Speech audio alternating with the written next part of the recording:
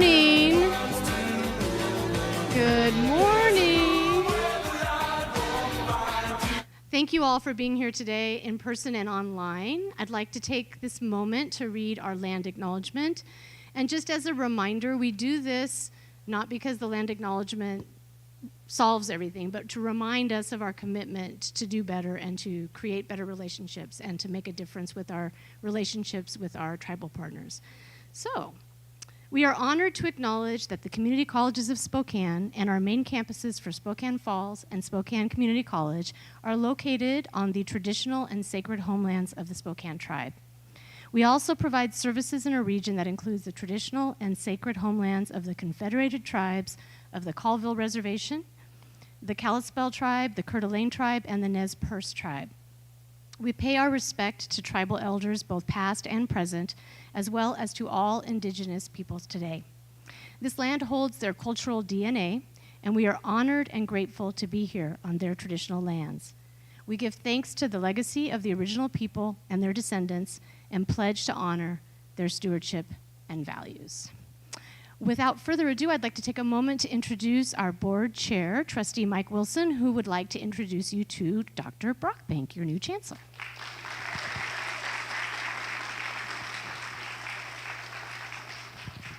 Thank you very much, Kimberly. Good morning.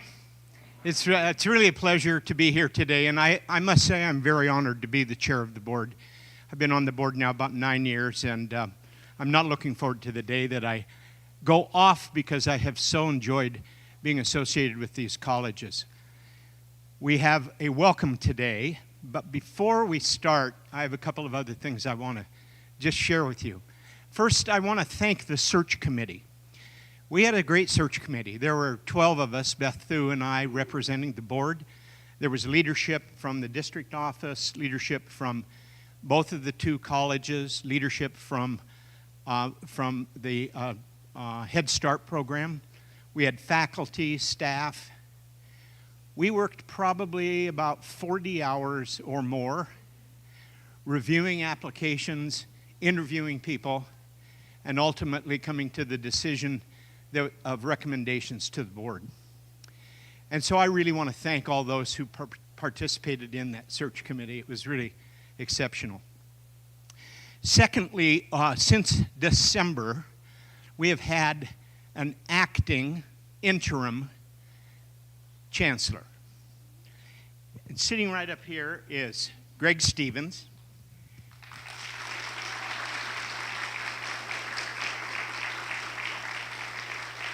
And you, along with I, give him great thanks for the leadership that he has provided since he took over that role in late December. So I want to read you one of the notes. Greg sent us a letter the other day just conveying to the board his appreciation for the opportunity. But more so, we've sent some notes back to him, giving him our thanks. This is one from my colleague on the board, Glenn Johnson. I want to join the other trustees in thanking you, Greg, for your outstanding leadership. In your full-time role and as interim chancellor, both at the same time, none of us had any doubts that you would be an excellent interim, especially seeing your exemplary leadership in any role you have taken in CCS, and especially with the complete trust that Chancellor Emeritus Christine Johnson had with your abilities. Thank you for your valued and appreciated leadership and service. On behalf of the entire board, Greg, thank you.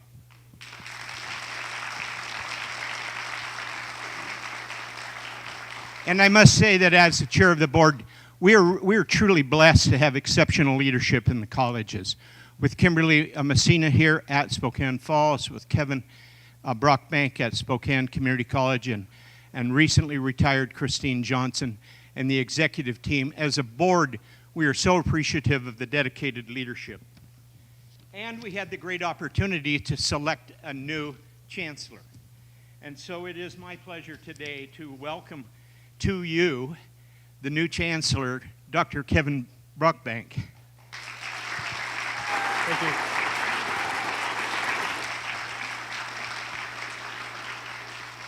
you. This is a quote from the website.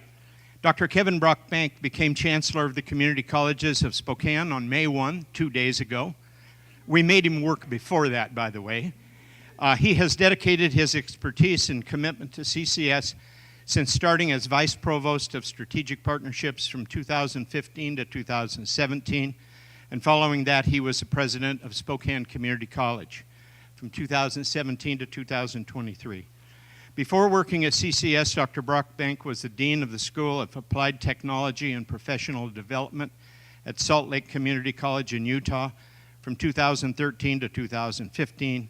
He was also Interim Associate Dean and Department Chair of Industrial Technology at Missoula College, a two-year college affiliated with the University of Montana from 2011 to 2012. He was employed for 17 years at Helena College, University of Montana, where he served as the Executive Director of Academic and Workforce Development, Department Chair of Industrial Trades, and a tenured faculty member in Computer Technology and Office Technology. Dr. Brockbank earned his doctorate degree in Educational Leadership, a master's in Curriculum Studies, and a bachelor's degree in Business and Information Technology, all from the University of Montana. And with that background, as well as our own personal experience in the leadership that he has demonstrated and his strong commitment to student success, which is truly the focus that all of us on the board has, we welcome Kevin Brockbank as the new Chancellor.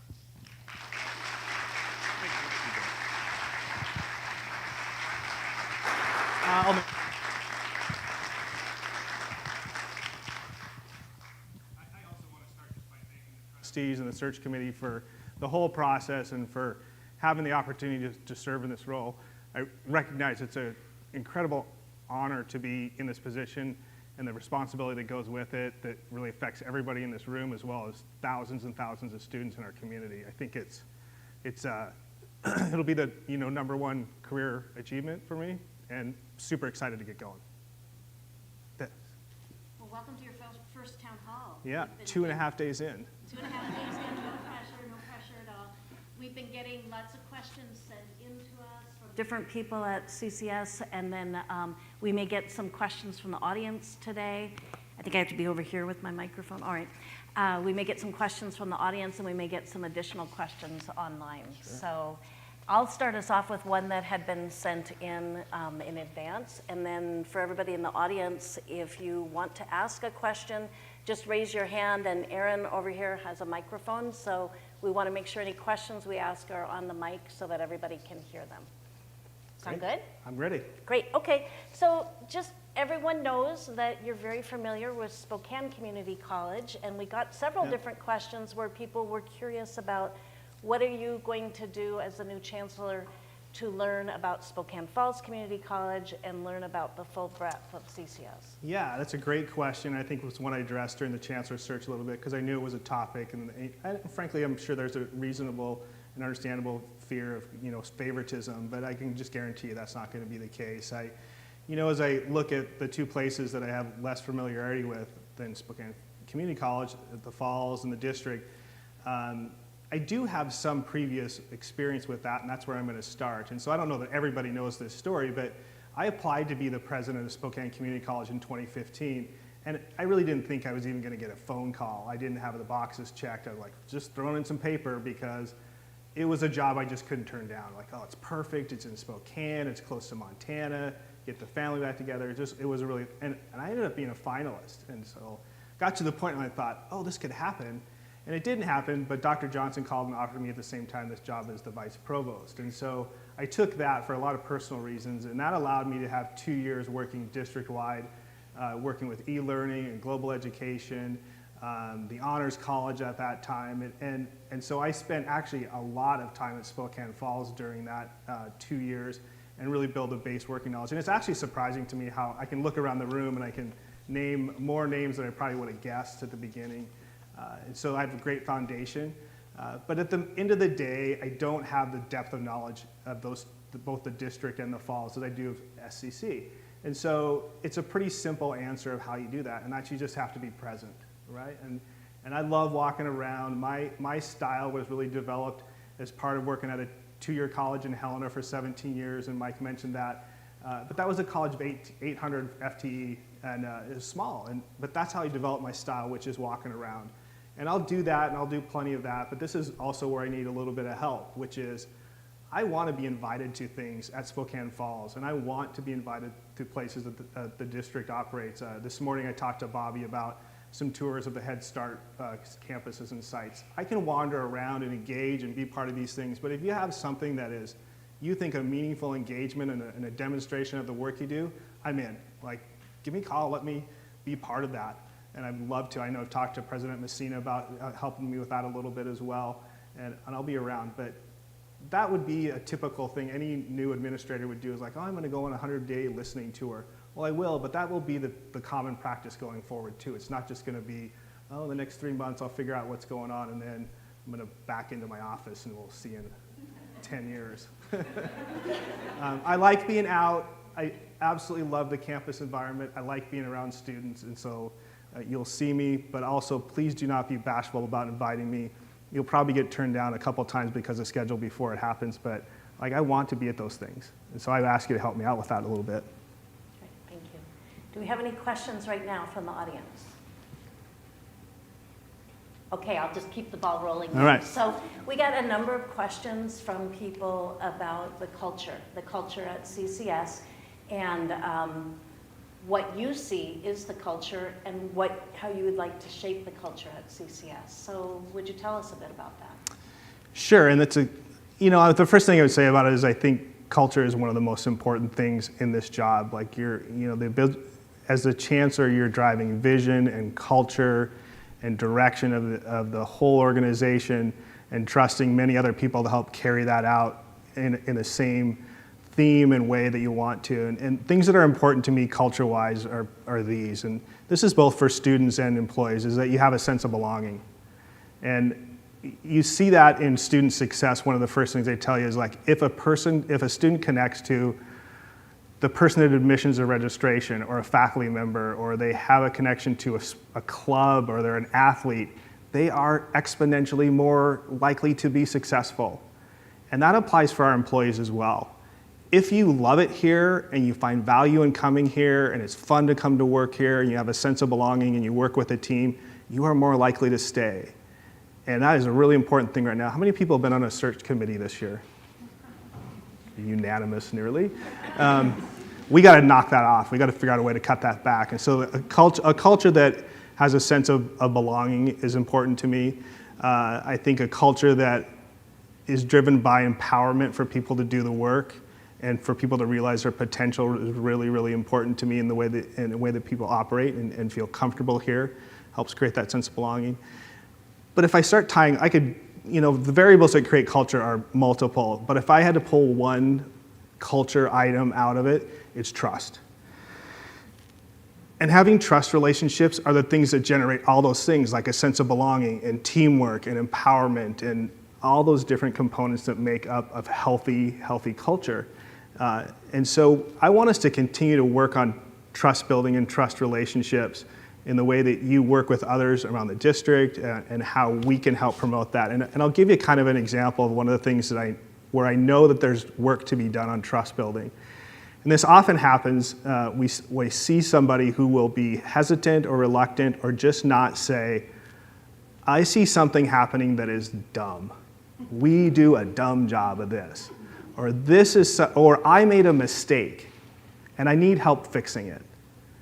Or I'm drowning and I can't do what I'm being asked to do. My department's just underwater and it's hurting students. There is reluctance, and I think this is even more so at the frontline level of folks not feeling comfortable saying that. Like, you'll never have a problem with me in that world. I just think a healthy culture promotes people talking and working together and problem solving. And Jenny Martin, who's the president of SCC now 2.5 days, right?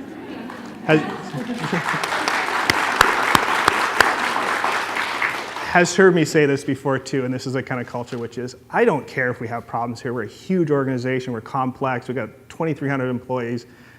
Problems are gonna happen every day. What makes me white hot mad is when we're not doing anything about them, right? And that's okay. So that's a culture I want to kind of create is everybody feeling like the part of the 2,300 people that work here are all part of the solution. We're all working towards the same thing. You feel like you're part of a team. You feel comfortable, and that creates a sense of belonging. I think that helps a lot with employee retention, employee satisfaction, and frankly, things that all trickle down to the number one thing, which is, what is this environment like for students? Thank you. Yeah. Do we have any questions from, where did you go, Rachel?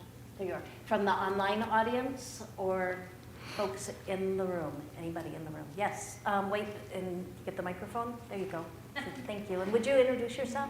My name's Cynthia Cobbs. I'm, what am I? Thank you. Office manager for professional studies, library, and workforce education. Some of our programs are housed over at Magnuson, our allied health, OTA, and PTA. Is there a plan in place to maybe bring them over to main campus so that they feel more connected to the rest of SFCC? Yeah, we've had some preliminary conversations about what I just call in general terms, space utilization, and the fact that we are in a way different situation than we were 3 years ago for a variety of reasons. You know, some of it's decline in enrollment, some of it's a difference in modality and actually how much square footage and hard infrastructure we need.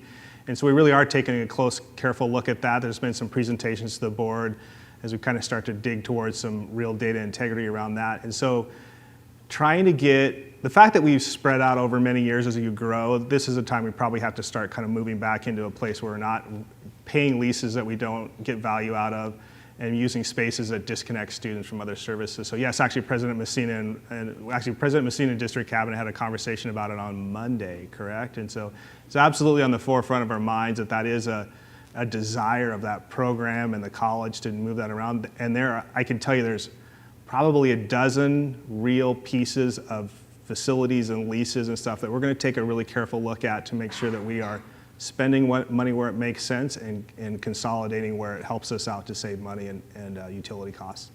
So yeah. Any other audience questions? I'll make no promises today, but yes, it's on the list. Yes, would you pass it up over to Brianna?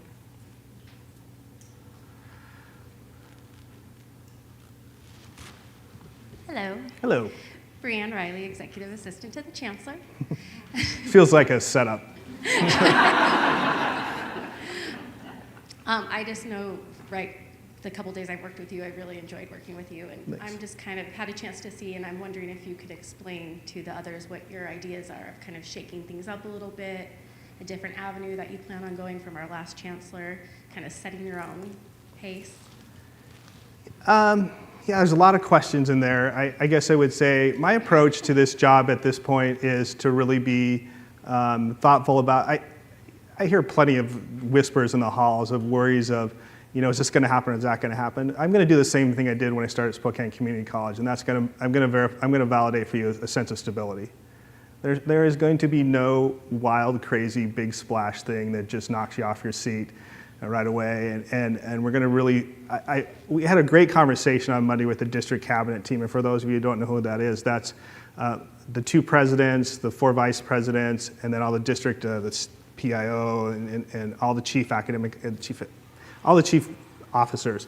And so we had a great conversation about problem solving at that level and how we kind of move this place forward is really going to be a collaborative process. It's not going to be single-handed, and you know, my desires and what things I want to do are going to be checked by other administrators and looked at in a way to make sure that we're working smart.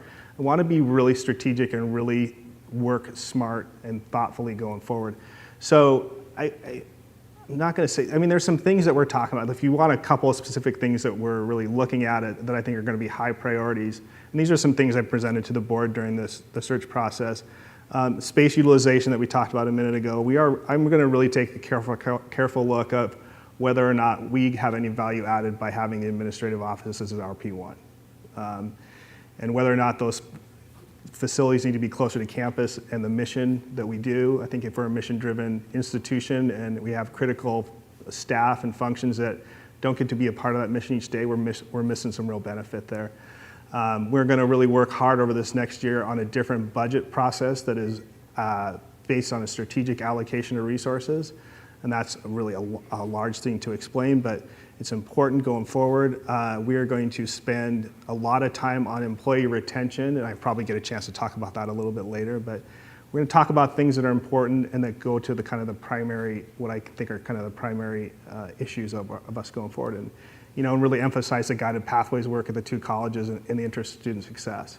So that's a brief overview. I think there's some other questions that we'll get into some other detail there too, but That's a long list. it's only half of Not it. going to get bored. Yeah, I You will know. not be getting bored. Is there anybody else in the audience, or should I jump in? I think it's there? Elodie's. Way up there.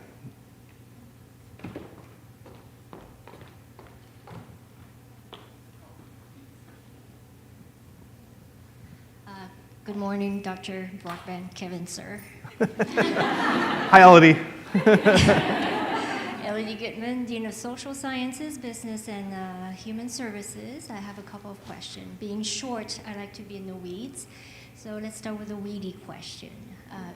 We know you are big on rescue dogs. And here we serve so many students who have a lot of trauma. What are your thoughts about having in our library, with Dean Pelchat's idea, having service dogs for our students to help them be more grounded, be more present in the moment? And the second question is, what are your thoughts about BAS as we continue with SFCC and SCC, Okay. and how do we move forward with that? Thank you. Yeah. The dog question is totally a setup, and you know it, Elodie. I do love dogs and rescue dogs, and the role, I'm just soft spot for that. But I'll answer that question a little bit more of a general thing. Is I think we need to recognize. I think we all recognize this, but we need to think about the infrastructure at CCS and how we serve today's student, who is significantly different than the student we served 7 years ago. They have much more trauma. There's just a lot more mental health issues to deal with. And we're working with a structure that was set up many years ago to deal with a different population. It's just not the right structure for the right moment, and I think it got ahead of us a little bit. It's been great what we've done with interns from the universities that have helped us in mental health counseling, but that's not a robust enough solution for those kinds of issues. We also cannot start a rescue for dogs, service dogs on campus. There's some really cool programs, and I can't remember what they're called, but like Carroll College has one of those programs that trains service dogs. I love that. And I'll tell you my thoughts on BAS too. I really look at the original intent of the BAS programs in the state, in that those are intended to be programs that serve the purposes that are not being fulfilled anywhere else. And I think we need to continue to do that. What you do at SFCC in those variety of different offerings has been really well received. I think there's some places to recruit. In fact, I think we should be recruiting out of the database from SCC, those individuals don't see that as an option. Those are prime recruiting markets for more entrants into the program. We had one BAS at SCC, which is in respiratory care, which was a requirement, so it made sense to move forward there. And then one more that's coming online in the fall of 24. But I think when we do BASs, they have to really fit that criteria and make sure that we don't compete with our local four-year institutions. There are some weird dynamics happening in the state right now. I'll tell you that Central Washington University 2 weeks ago announced their intent to try to award associate degrees. And so that could become a threat to us. Eastern Washington put that forward years ago too, and it didn't happen, it kind of fell apart. But as we kind of move into this environment where enrollment is wildly competitive, everybody's trying to move into our market space, and at the same time we're trying to expand out of our market space a little bit too. The BAS holds an important role for somebody with an associate's degree to not have a terminal degree, and I think we should continue to promote it as an option for our students.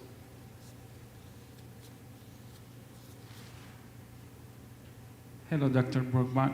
Hey. My name is Saeed Husseini. I'm an industrial hygienist at the Environmental Health and Safety Office with the district. And my question might, I'm not sure if it's appropriate to ask that type of Go for question it. here, but because there is a new there is a revolution in technology around the world, and it can affect the future of our work as well, and that's artificial intelligence. Right. So my question is that what's your thoughts and what's your future plan for using that type of technology here at CCS? I think it's too early to say exactly how we'd use that. What I really appreciate so far in the AI conversation is how proactive our faculty have been about how that's affecting the classroom. Kettle and the TLC at the two colleges have been aggressive about taking, I really appreciate the idea of take it head on, right? I was teaching when the internet came, not when it started, I was not that. Let me rephrase the answer there. But I was teaching when the internet became more prevalent as a resource tool, and web-based interface, and we're so concerned about plagiarism in that environment. I mean, people remember how scared we were that people were just going to plagiarize everything. It did not take very long for us to work around that and come to a new reality there, and that's going to happen with AI too. I think the thing that's a little bit concerning about it is how fast it moves, right? It is so fast that it probably will outpace our efforts. But I think I would commend kind of the bold sort of look at it from a faculty perspective so far, and we're going to have to be really on top of it in all of our operations. My knowledge base is not deep enough to get much further into it at that point, but it is a real thing that is not going away. That is for sure. I'm going to jump back to one of the questions Okay. that we received before the forum, and it has to do with something you've touched on, which is employee retention. Okay. Because I know that's a key part for you. And the question is this. This spring we heard a startling statistic. 48% of our employee turnover was from employees here less than 2 years. What does that statistic tell you as chancellor, and what can be done to address it? Well, it says a few things, and I think there's another important piece of data that was part of that survey that to add on to it too, which is in that survey of those 48%, only 78% of those folks said that it was not about compensation, which validates this. There's things we can do about that. I talked earlier about the culture and the sense of belonging and and I appreciate having fun at work and those types of things. We have got to figure out a way to make the value proposition working at CCS far more apparent to employees when they get ready to apply, when they walk in the door the first day, and then their second week, and then their third month, and then their second year. I think we leave a lot of things on the table as far as how awesome it is to be at a college campus. It is really a cool place to work that frankly hardly anybody else in town can advertise. The ability to come to town halls and speakers on diversity and student activities and baseball's playing a game on a Wednesday. You ought to be able to walk over there and take that as a value proposition as part of what you work and somehow build ourselves into being the preferred employer in town. I think it's so important. If you can spend time, or we can spend time as a group, figuring out how to make this a much more favorable place to work and just continuing to promote those things, we will spend less time in the search committees that you all raised your hands on earlier. We have time to spare if we're not in search committees all the time, right? And so I think it's turning out to be one of my maybe highest priorities over the first 6 months. We talked at district cabinet and came to agreement that our summer retreat with all administrators, which is all of our exempted administrators, do it every year. We have a topic. Our topic this summer is going to be employee retention. And what things can we do to make it, to create that sense of belonging here at work? And then, of course, that will roll out into a convocation. We'll talk about what came out of that, what we're going to do, how we're going to apply that. And that could be things, I mean, I'm into any gimmicky thing you want to. If you want to have Friday be Sasquatch Day, wear your blue. If we're doing employee appreciation at games, I don't care. And I'm probably not the best source for this party planning committee. But there are other people in the room who would be awesome at it. But I do think it is one of those things in the competitive work environment that we have to get razor sharp at because we can't continue to have this turnover. And the other thing I will say about it too is all these things I talk about today, like, oh, I want to do this and I hope this happens and this is what I want the culture to be. None of that stuff happens without having talented, committed people working here. And all the things we talk about with student success are the product of the work of faculty and staff. All of it. And if we can't get the right people in the door, we can't accomplish those great goals. So I'm really excited about that stuff and what we can do with it. Because there is just we have some very unique things here at the colleges that are things that can make work fun. That's okay. So one other thing I know that gets you fired up, but not in a good way, gosh. is security on Okay. campuses. And I was afraid it was going to be worse than that. No, it's not. But the question we got included some information about what's going on with security. So it's Yeah. a long question, but I think it kind of frames what all of us are thinking about with security. And the question is, we heard recently that security incidents are up at SCC over 79% since 2019-20, and 25% at SFCC. The areas near our campuses have dramatically changed in that time. We commonly interact now with non-student visitors exhibiting mental health and substance abuse behaviors, and treatment centers have recently moved in near to our campuses. What can be done to ensure our students and employees are safe on our campuses? It's a great question and something we've spent a lot of time on over the last year, but I want to start this by just publicly recognizing and thanking our CCS security staff. They've done an incredible job over the last year with not really all the resources and tools that they used to have with the limited commissioner officer training. And I don't know about you, but they got a smile on their face all the time, and they're doing a great job of dealing with a really fast changing landscape, and I think they've done an exceptional job.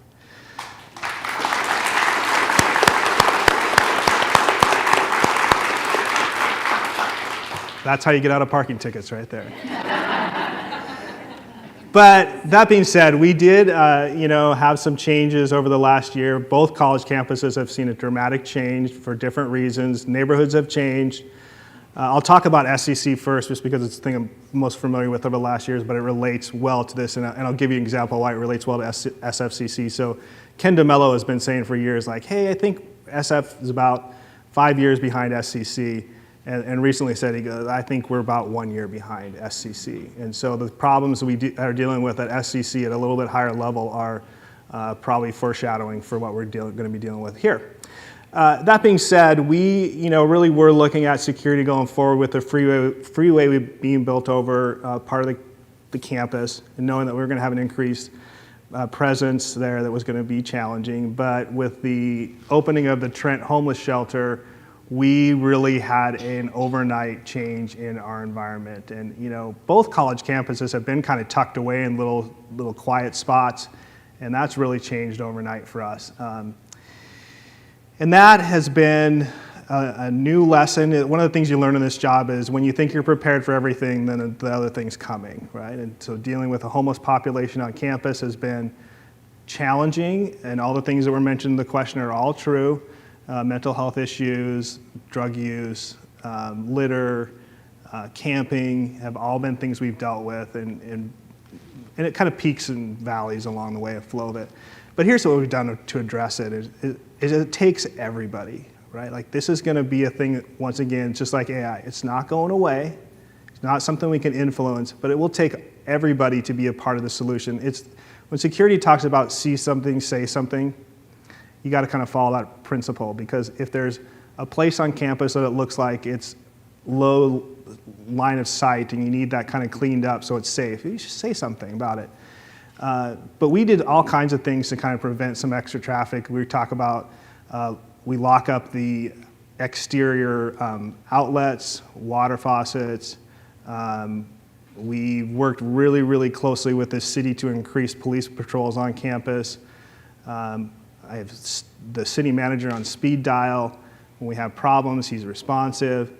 And then we have also, both colleges, President Messina and I, a long time ago, committed to using all of our minor works money in this next capital budget to increase cameras and electronic access controls on campus. So the ability to lock down all buildings, as well as do live monitoring of cameras, will be a huge improvement. So there's some infrastructure building there too.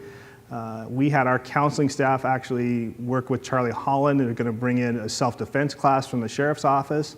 And so things like that need to be constant sort of efforts for us, and we need to kind of keep that up. And because here's the thing is we're walking into an environment that this is not our level, our area of expertise, right?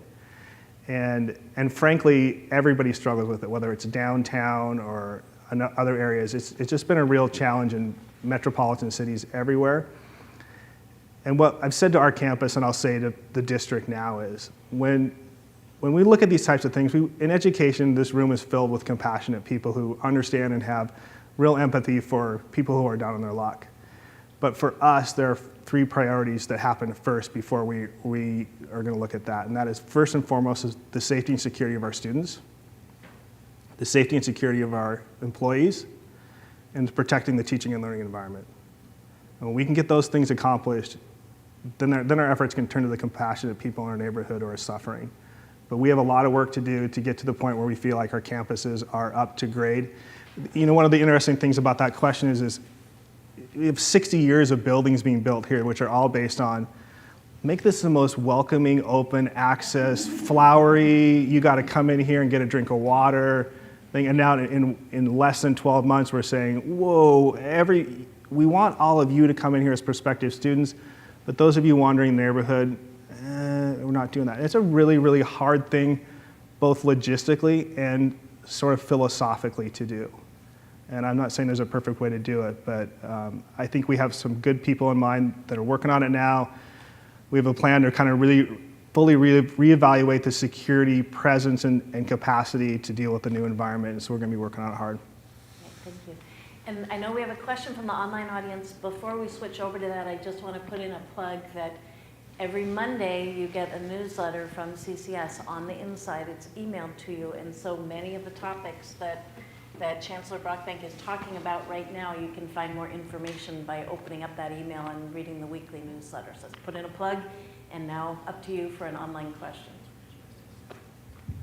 Okay, this is an online question from Carmen, who says, what would it take for us to hire replacement faculty prior to the current faculty member's retirement to ensure the new person has the support training they need? And she says, I'm asking because I really want a new licensed mental health counselor hired prior to my retirement to ensure continued mental health service to students. Well, we do those things on a case-by-case basis. It's very dependent on the content area, and it goes to the vice presidents and presidents of 2 colleges to make those decisions on, you know, when you run on top 2 positions, you're double paying those things. So there's a budget consideration, there's a content consideration, there's a timing consideration. I know what Carmen's talking about as far as licensed health professionals and the way we use that structure. So those are kind of local decisions at the college level that we have typically left for the people who deal with those departments every day to figure out. And we don't make consistent decisions because the situations are often different. I don't know if I could go too much further into it, but we do it sometimes even with administrators or classified staff when it's like I think one example at SCC was we're going to have a little bit of overlap with the veterans person, just so there's a month of kind of training on some really kind of technical compliance issues. But those are all evaluated individually, is what I would say it. Thank you. Any other audience questions? We have one way up, 2 up there. Erin's getting her steps in today. Thank you.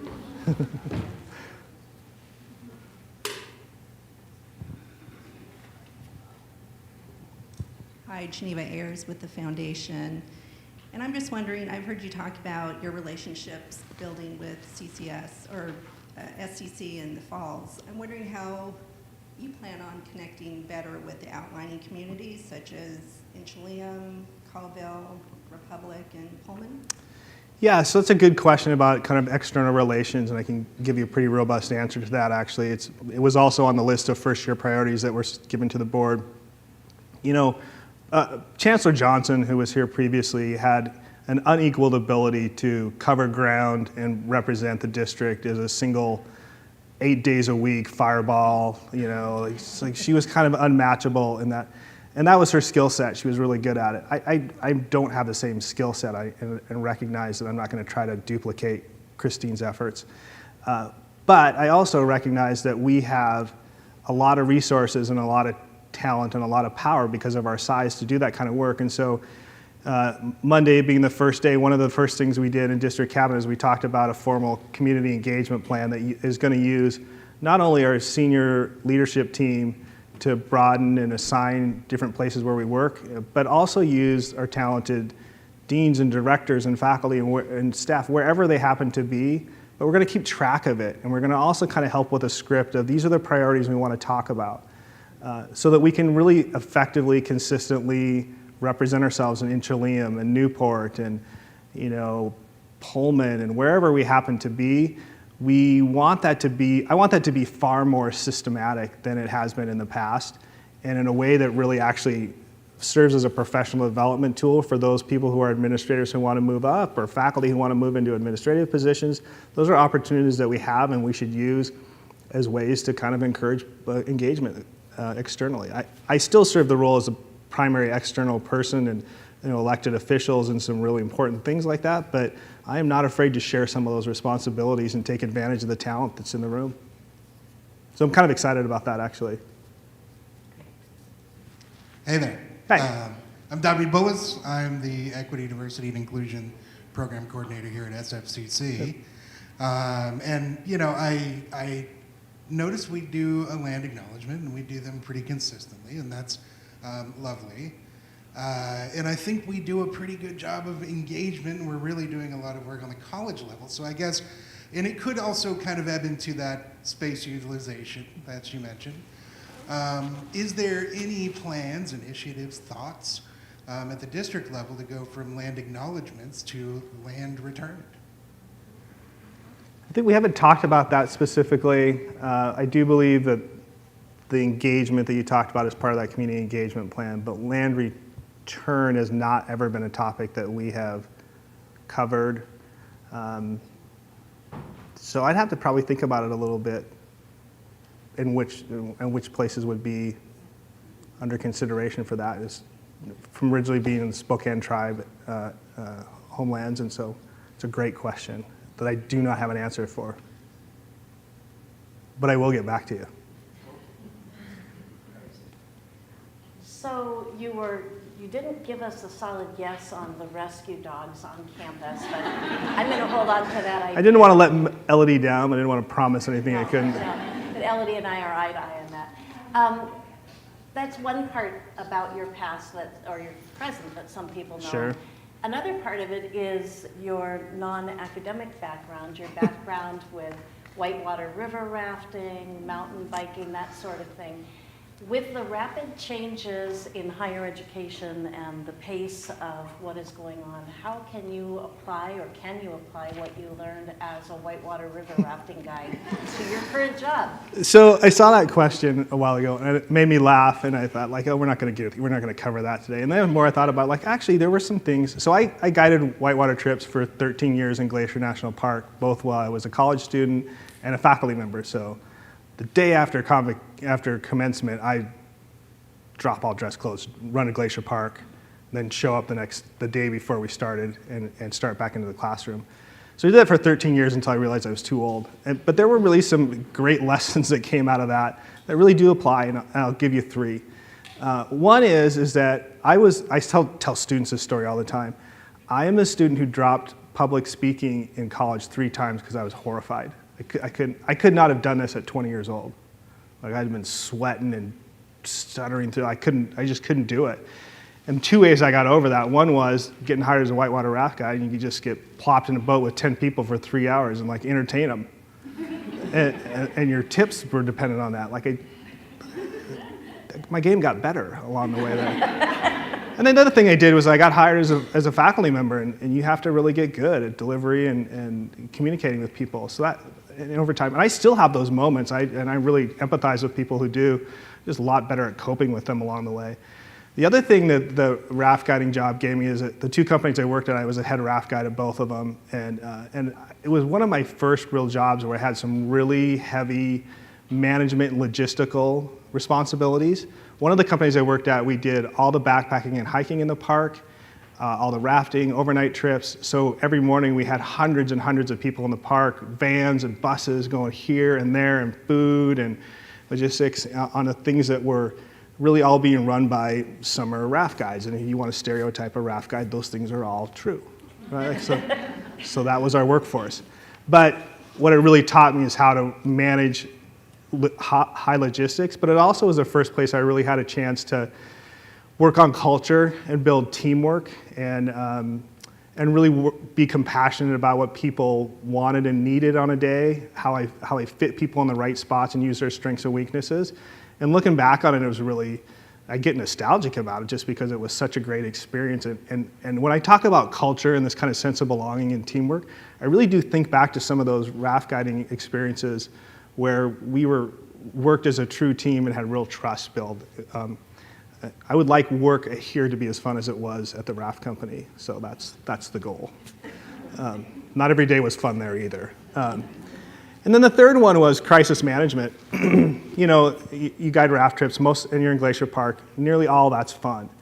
But there are high stakes there, and frankly, sometimes people die on those trips. And you know, it's very, very uncommon, but you're doing high stakes stuff. And you do have incidents happen, and I had some happen to me, and one in particular. If you Google my name and rafting accent, you can read all up on it. I'm not telling the story today. That's more campfire, drinking beer stuff. But what I learned in some of those really high pressure rescue incidents is when you're in a position of leadership and things get really, really tough, you have to be unflappable. And the ability to know that people are looking at you for a sense of stability, for direction, for guidance, for assurance, and those types of things are really, really important, because if you start to crumble, they start to crumble. You can go home and cry yourself to sleep if you want to, but when tough things start happening, they look to leadership, and they look to leadership for stability. And we had some of those times during the pandemic where I think we did really, really well. But I learned a lot about that, and also that I was good at it. And I'll give you kind of a parallel story. If you're ever in my office, I have a picture frame that has 3 people on it. It's got Martin Luther King Jr. in there, Abraham Lincoln, and Sitting Bull. And I think those are some of the best leaders we've ever had in this country, because they display that skill so well. If you think about all 3 of them and the overwhelming odds that they worked on, and how they did that with just a tireless commitment and unwavering commitment to the end goal, that's really awesome. So that's how you relate the whitewater rafting in Glacier Park to the Civil War, is comparable leadership. But I think those are, when I look at leaders who have a real great sense of being able to drive through really, really hard times, I think about that stuff. Great, thank you. And we've got another audience question over here.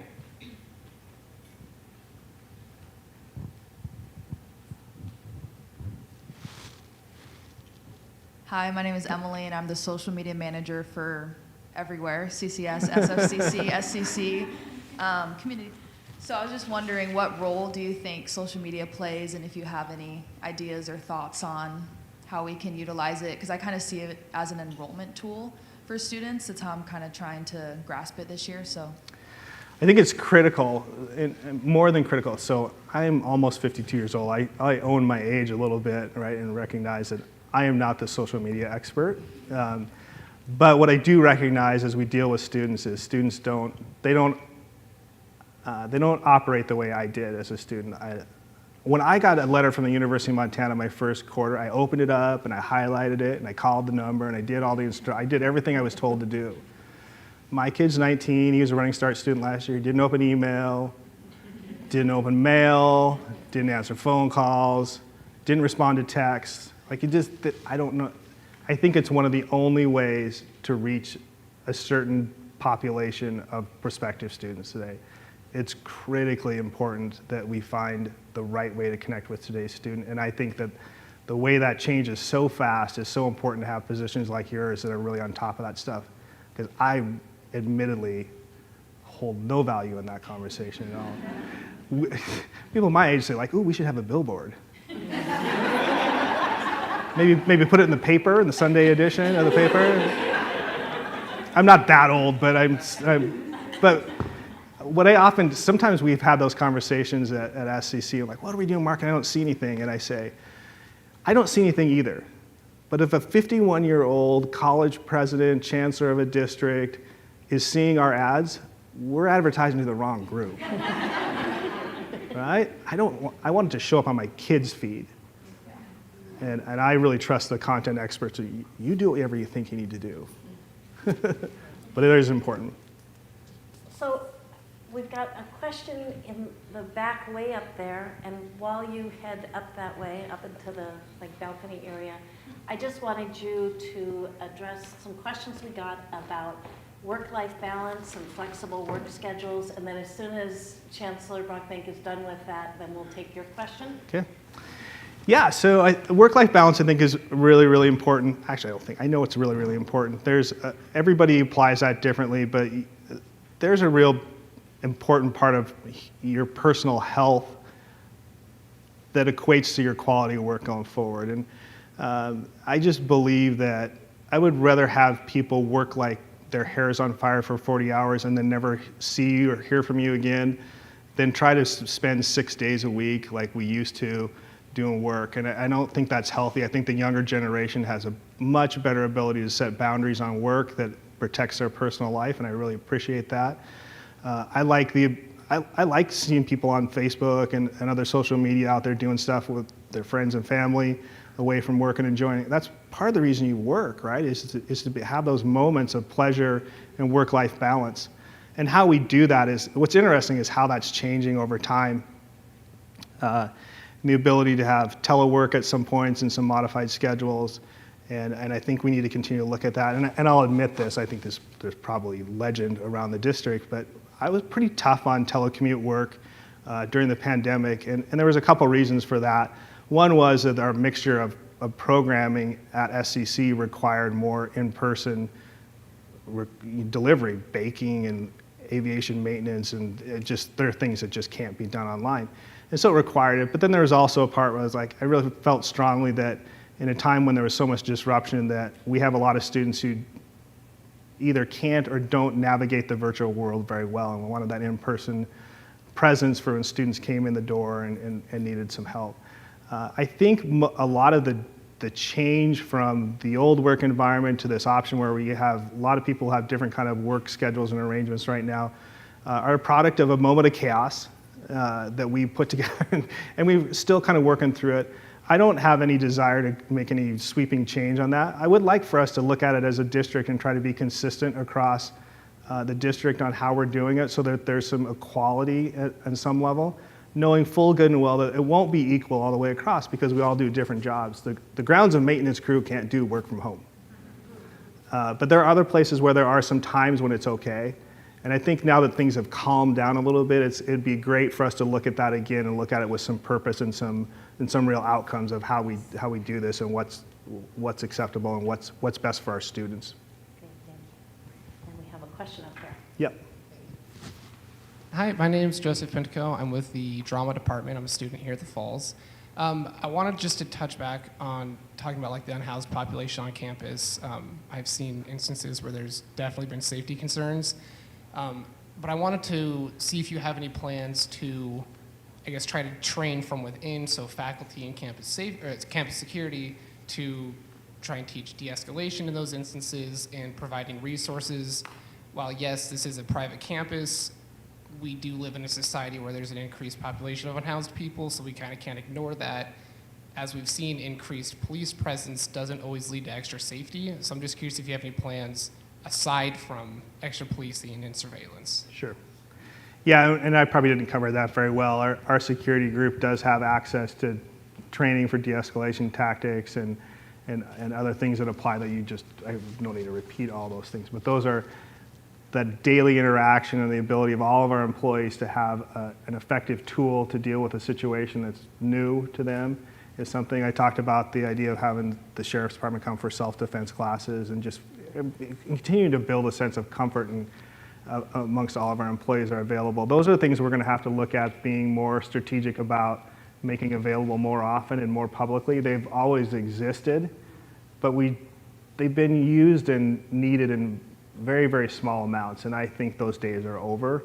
Those are going to be very popular for folks to want to participate in, and important as we continue to see different kind of foot traffic on campus. And so hopefully it's one of the things we do well going forward.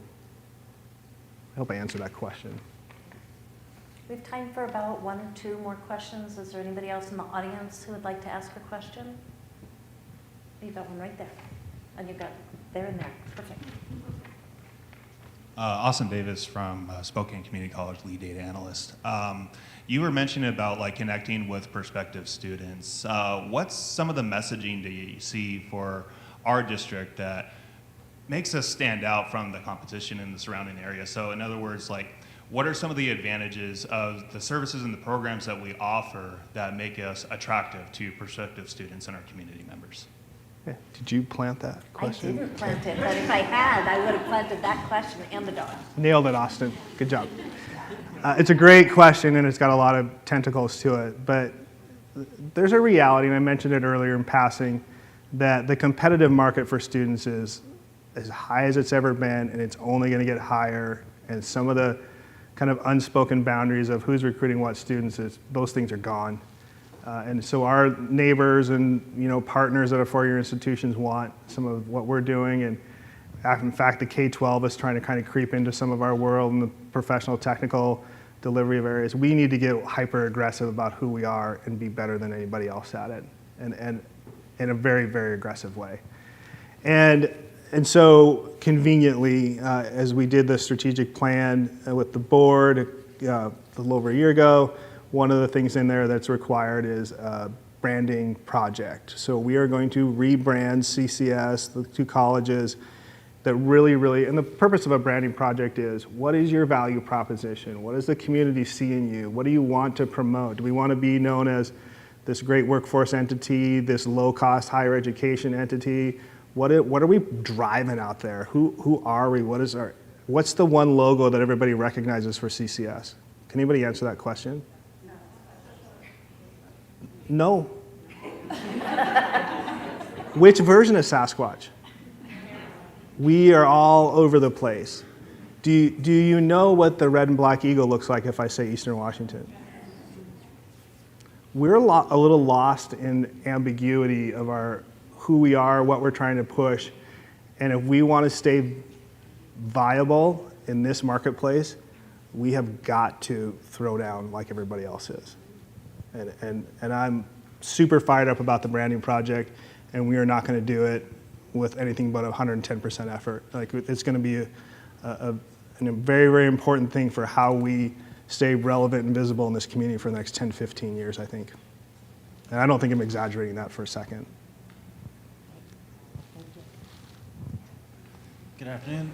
This question comes from one of our faculty members, Jason Egerman from SEC. He's passing along the question of, as chancellor, when you're out in the community and you run into one of our graduates, what's the one thing that you would want them to say about their experience? That's a great question, Jason. Of course, you always love it. Like, I had a great experience there, but I don't think that's the substance of the question. Here's what I think is really awesome about the work we do, is that we ultimately transform lives, right? And for somebody to, when they tell you those stories, and the foundation is the master keeper of all the really, really great stories, right? And marketing does some of that too, but that when they tell you stories about where they started and where they finished, that's what I want to hear. I want to hear that being at one of the 2 colleges and interaction with the district was what changed their life, what ended generational poverty. Those kinds of things, I think, are the most important part to hear from students. And there's so many examples of our students that do that we don't ever see. We do get to highlight some along the way sometimes, but I don't think we get enough credit for how often we transform lives. So you get the last word. We just have a couple minutes left here, and I believe that you plan to do town halls again next year. I think so. So we'll be back in this format again, and you'll also be able to get information from the weekly CCS newsletter on the inside that comes out on Mondays. Open it, and you won't be left behind. Your last couple minutes of comments. Yeah, I'll be brief, I think, here. sent a message out on Monday as kind of a starting message, and I, typically used to do an every Friday message as the president. I'm going to continue really robust communication in the best way that I can, trying to figure that out along the way. But I said a couple things in that message that I want to kind of reinforce here. One is, you can feel free to call me Kevin. I mean, in an environment like this, Dr. Brockbank's fine or whatever, but I really don't relish being called anything other than Kevin. And I do that just simply because I do absolutely believe that as we work on things together, we are teammates and colleagues and collaborators, and we're equal in the work, right? You hold a certain level of expertise, I do as well. We all hold tools and kind of get into the end point and trying to be excellent. And I just really, really hope that we can continue to move our district forward in that sense of just trying to be excellent. And we do a lot of great things here, but I think we all know that we all work in places where we could be better, right? And I think that is the real driving force for me is, if we were to have, I will tell you this, here's how I approach work is. I love continuous improvement, and one of the things about higher education is we will never be done with that work. If we were to win the Aspen Award, which is the gold standard for you're the greatest community college in the country, if we won that this year, we would start next year with how are we going to get better? That's what I hope kind of our general sense is driving forward together as a team, is just continuously trying to get better and better for our students, continually try to get better and better for our community, make this a better place to work. All those things just have to continually be better, and I hope that we can accomplish that together. And I'll leave you with that. Okay, thank you. Would you join me in thanking Chancellor? Thanks.